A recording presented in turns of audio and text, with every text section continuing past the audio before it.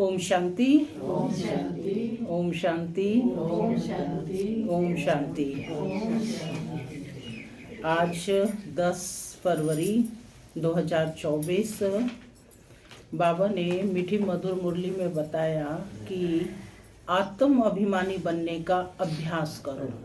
आप आत्मा हो, इस भान में रहकर सारे कार्य व्यवहार करो तो दैवी गुण आप में आते जाएंगे और जो भी दृष्टि क्या कहेंगे क्रिमिनल बन जाती है वो ख्यालात भी समाप्त हो जाएंगे और जो है आप किस में रहेंगे, खुशी में रहेंगे। तो बाबा ने अपनी चलन को कैसे सुधारें हम बच्चे, उसके लिए आज डायरेक्शंस दिए हैं कि सावधानियां दी हैं कि बच्चे जितना हो सके चलते फिरते उठते बैठते आत्म अभिमानी बनने का पक्का अभ्यास करो। सुनते हैं आज की मीठी मधुर मुरली ईश्वरीय महावाक्य। बाबा कहते, मीठे बच्चे आत्म अभिमानी बनने का अभ्यास करो तो दैवी गुण आते जाएंगे, क्रिमिनल ख्यालात समाप्त हो जाएंगे, अपार खुशी रहेगी। प्रश्न, अपनी चलन को सुधारने व अपार खुशी में रहने के लिए कौन सी बात सदा स्मृति में रखनी है? उत्तर, बाबा कहते सदा स्मृति में रहे कि हम दैवी स्वराज्य स्थापन कर रहे हैं।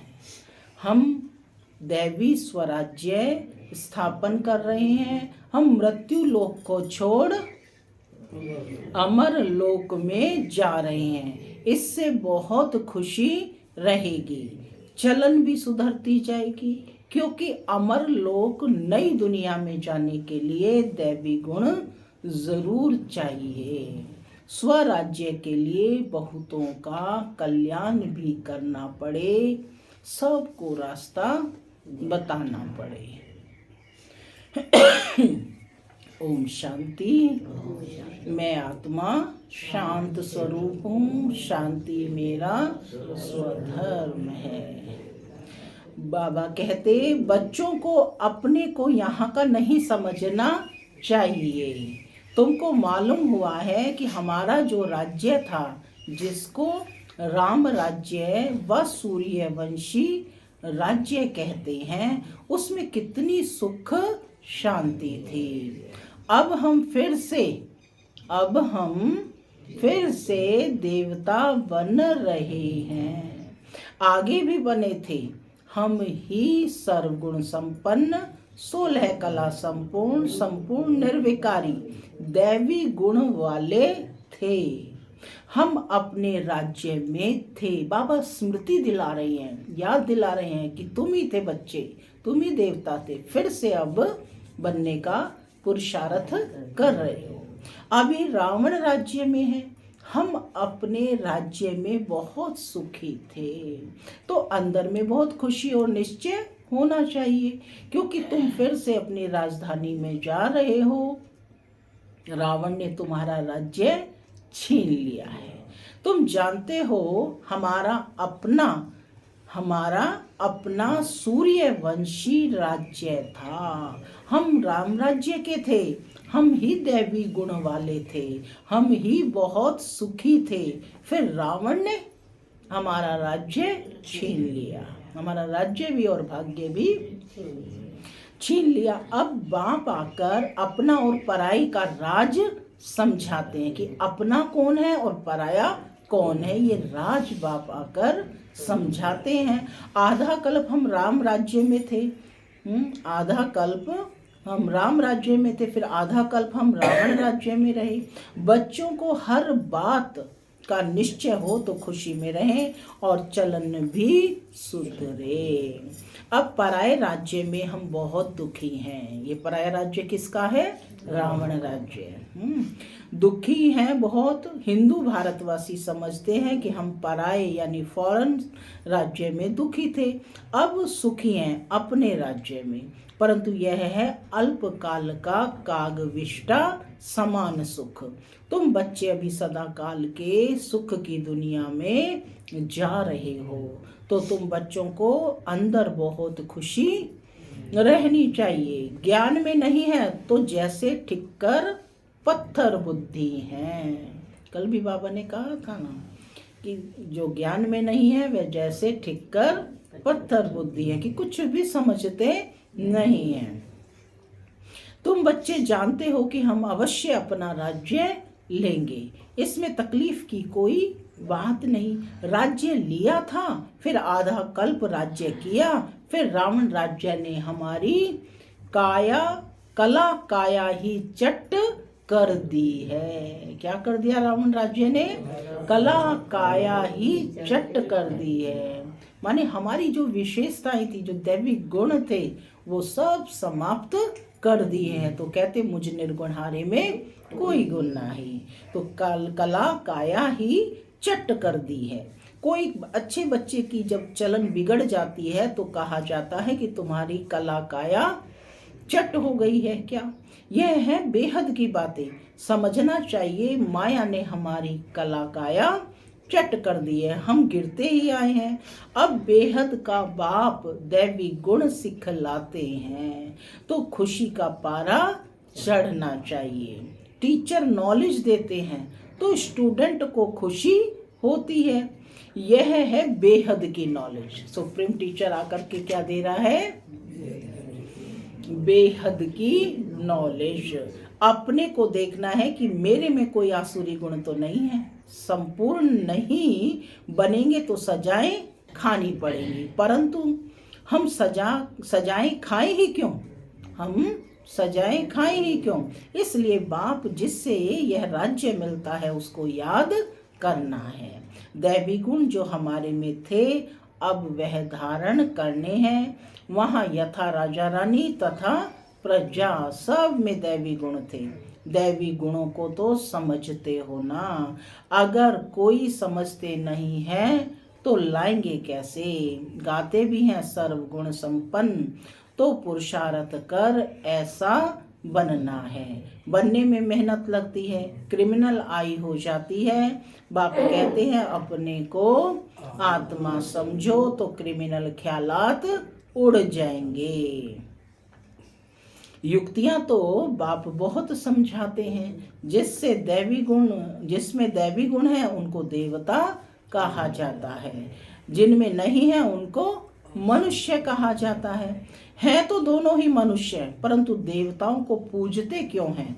क्योंकि उनमें दैवी गुण है तो वो भी मनुष्य ही, लेकिन उनमें दैवी गुण है और उनके मनुष्यों के कर्तव्य बंदर जैसे हैं। कितना आपस में लड़ाई झगड़ा करते रहते हैं। सतयुग में ऐसी कोई बातें होती नहीं, यहाँ तो होती हैं, जरूर अपनी भूल होती है तो सहन करना पड़ता है। आत्म अभिमानी नहीं है तो सहन करना पड़ता है। तुम जितना आत्म अभिमानी बनते जाएंगे उतना दैवी गुण भी धारण होंगे। देवताओं की विशेषता ही है कि वो आत्म अभिमानी है।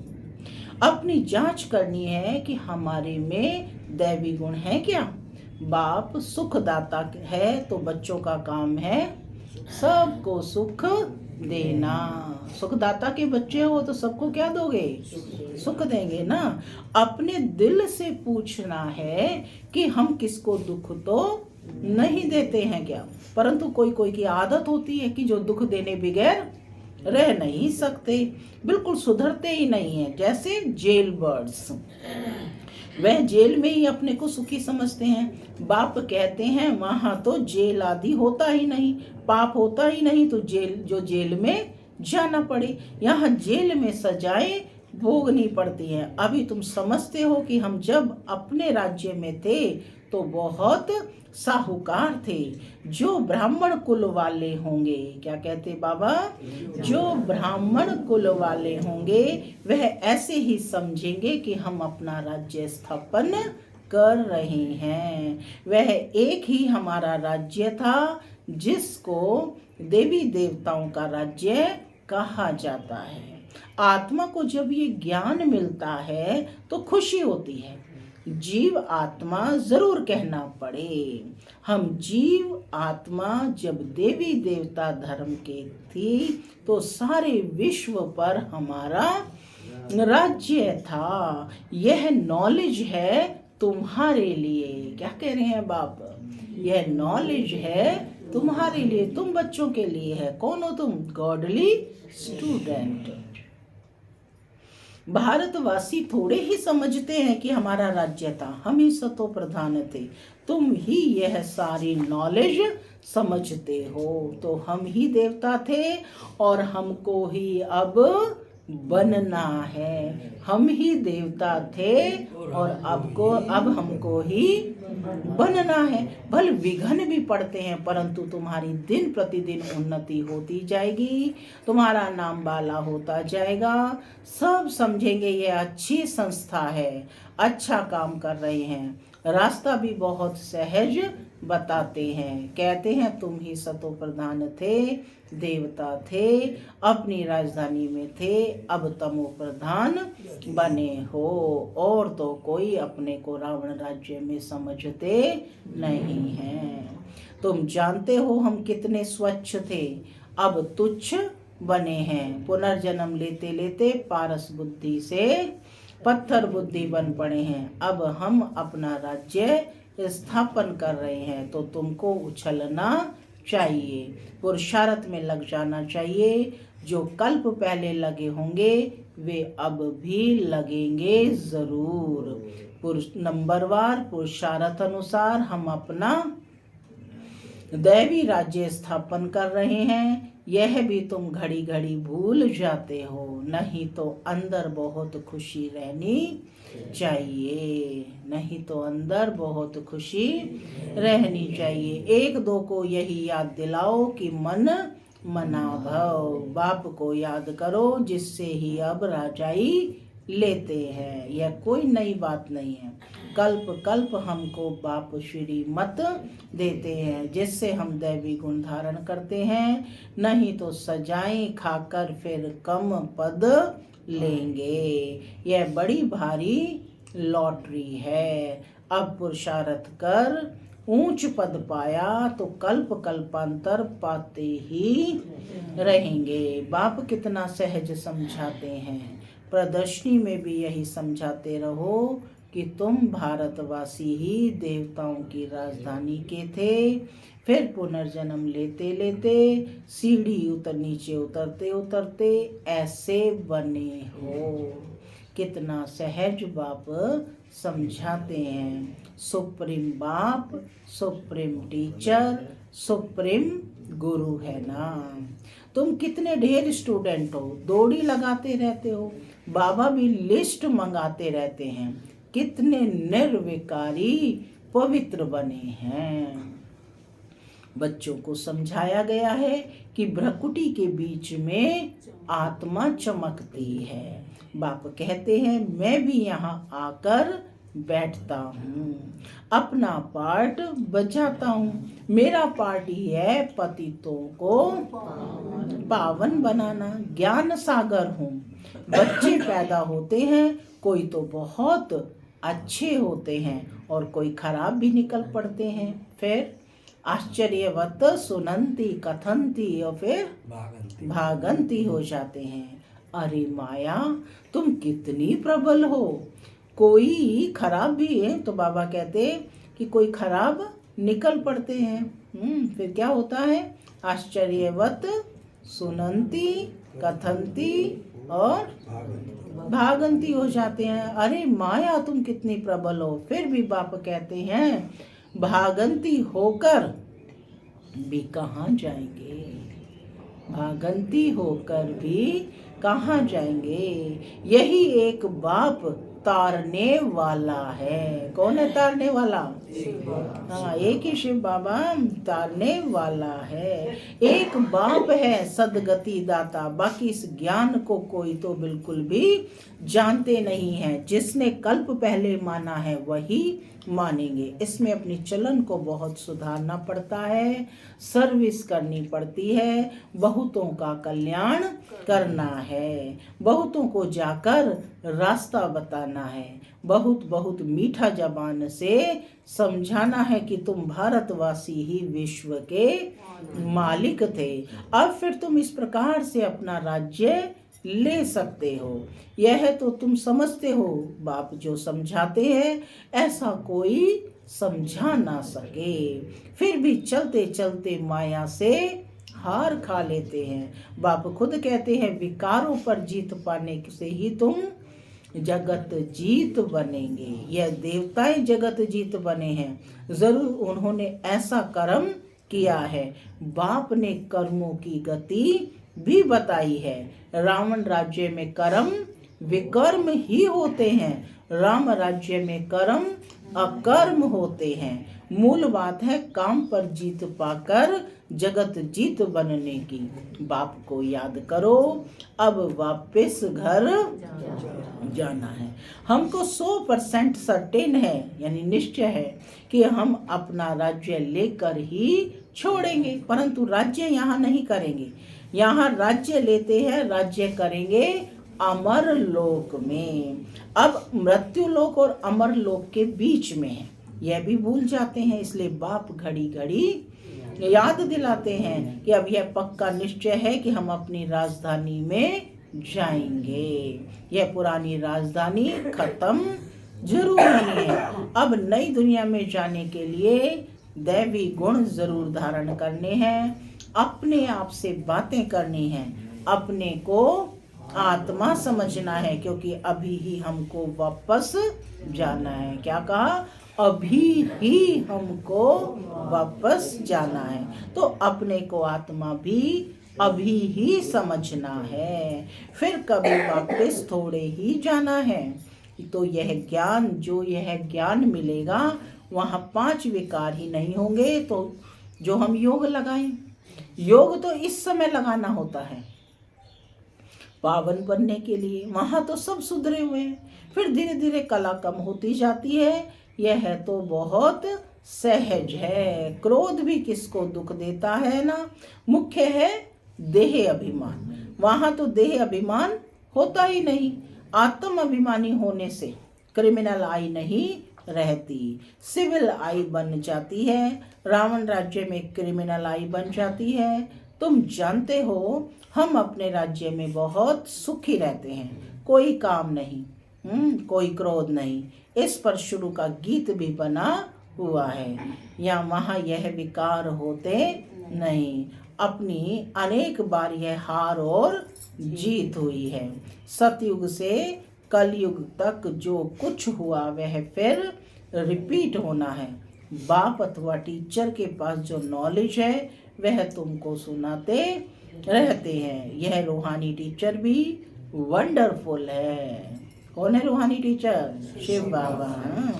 ऊंचे से ऊंचा भगवान, ऊंचे से ऊंचा टीचर भी है, और हमको भी ऊंचे से ऊंचा देवता बनाते हैं। तुम खुद देख रहे हो बाप कैसे डिटिज्म स्थापन कर रहे हैं। डिटिज्म देवी देवताओं की राजधानी स्थापन कर रहे हैं। तुम खुद ही देवता बन रहे हो। अभी तो सभी अपने को हिंदू कहते रहते हैं।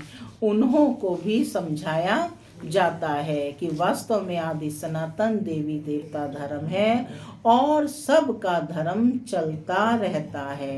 यह एक ही देवी देवता धर्म है जो प्रायः लोप हो गया है। यह तो बहुत पवित्र धर्म है। इन जैसा पवित्र धर्म और कोई होता नहीं। अब पवित्र न होने के कारण कोई भी अपने को देवता नहीं कहला सकते हैं। तुम समझा सकते हो कि हम आदि सनातन देवी देवता धर्म के थे, तब तो देवताओं को पूजते हैं। क्राइस्ट को पूजने वाले क्रिश्चियन ठहरे, बुद्ध को पूजने वाले बोधि ठहरे, देवताओं को पूजने वाले देवता ठहरे। फिर अपने को हिंदू क्यों कहलाते हो, युक्ति से समझाना है। सिर्फ कहेंगे हिंदू धर्म धर्म नहीं है तो बिगड़ेंगे। बोलो हिंदू आदि सनातन धर्म के थे तो कुछ समझे कि आदि सनातन धर्म तो कोई हिंदू नहीं है। आदि सनातन अक्षर बाबा कहते ठीक है, देवता पवित्र थे, यह अपवित्र है, इसलिए अपने को देवता नहीं कहला सकते हैं। कल्प कल्प ऐसे होता है। इनके राज्य में कितने साहूकार थे, अब तो कंगाल बन पड़े हैं। वह पद्मा पदम पति थे। बाप युक्तियां बहुत अच्छी देते हैं। पूछा जाता है कि तुम सतयुग में रहने वाले हो या कलयुग में। कलयुग के हो तो जरूर नरकवासी हो, सतयुग में रहने वाले हो तो स्वर्गवासी देवता होंगे। ऐसा प्रश्न पूछेंगे तो समझेंगे कि प्रश्न पूछने वाला जरूर खुद ट्रांसफर कर देवता बना सकते होंगे, और तो कोई पूछ नहीं सकते। वह भक्ति मार्ग ही अलग है। भक्ति का फल क्या है? भक्ति का फल क्या है? वह है ज्ञान। सतयुग त्रेता में भक्ति होती नहीं। ज्ञान से आधा कल्प दिन और भक्ति से आधा कल्प रात। मानने वाले होंगे तो मानेंगे, न मानने वाले तो ज्ञान को भी नहीं मानेंगे, तो भक्ति को भी नहीं मानेंगे। सिर्फ पैसा कमाना ही जानते हैं। तुम बच्चे तो योग बल से अब राजाई स्थापन कर रहे हो। कैसे राजाई स्थापन कर रहे हो? योग बल से, श्रीमत पर। फिर आधा कल्प के बाद राज्य गंवाते भी हो। ये चक्र बाबा कहते चलता ही रहता है। ये चक्र कैसा है? अनादि अविनाशी चक्र है, जिसका कभी अंत नहीं होता है।